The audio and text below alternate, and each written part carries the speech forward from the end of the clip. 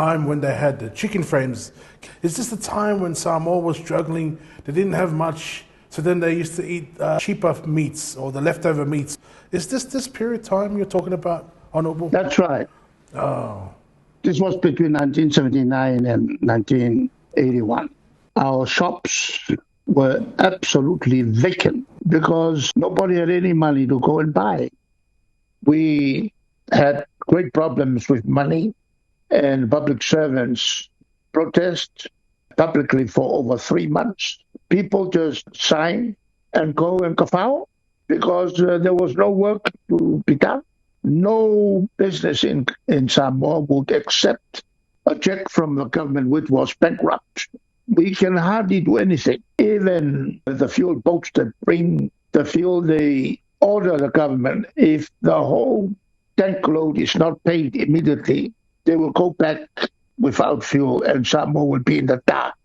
These are the terrible things that happened to Samoa, and which when we came in, it fell on me as Minister of Finance to spend a lot of time in New Zealand talking to high commissioners from overseas in New Zealand, and then travel over to Canberra talking to high commissioners and of many countries in Australia. And then we flew over Switzerland for further close to 3 weeks to talk every day with all the heads of organization and heads of government there to please reopen your doors and give us help. And we promise that we are going to do better.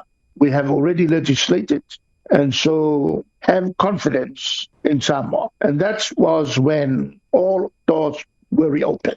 These people, the people that help Samoa, open the doors that Tulepa has helped to bring forward and talk and bring Samoa together.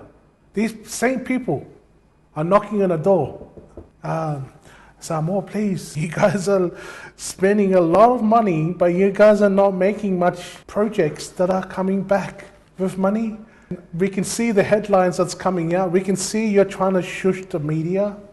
We can see that. But we're just giving you a warning. Now you guys are trying to get the 2/3. Can you guys be careful, please? That's what Honourable Tulepa is saying to the Prime Minister. Go and say sorry to these people. And this is what all countries want to do. They all want to be on the good side of the International Monetary Fund. And what PM should do is to apologize to the International Monetary Fund. You're not dealing with small people here, mate. This is not your neighbor or New Zealand down the road. These are a different type of people. These are people who literally gave Samoa the boost that it needed back in the 80s and come up to now. Now you're going to say things like, don't flex your muscles. Don't flex my muscle. Don't flex your muscles, Mr. IMF. Who are you guys? Don't flex your muscles over here. You control your stuff, we will just deal with our stuff. That's ignorance. When we were just seen, we learned from history. Tulepa, still around now. People would have wondered, why didn't Tulepa just retire in 21? Because he could see where this mess is going. He could see it. Of course he would have loved to retire, but then this red team came and just snatched it and said, we'll take it, thank you. So now they've taken it and they said, here, you get $1 million, you get $1 million. Oh, we'll make another $1 million and put on top of everyone. Everyone can have money. Money, money, money, money. Samoa, is your IMF friendly over here? Who are you? Don't come and flex your muscles over here, mate.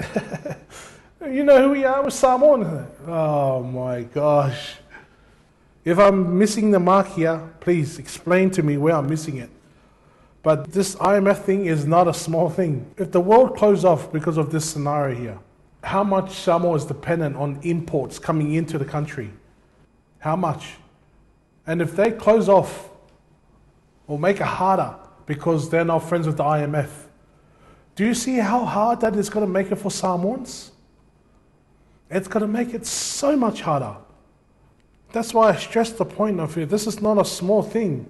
The Prime Minister should not be arrogant and ignorant to say, don't flex your muscles.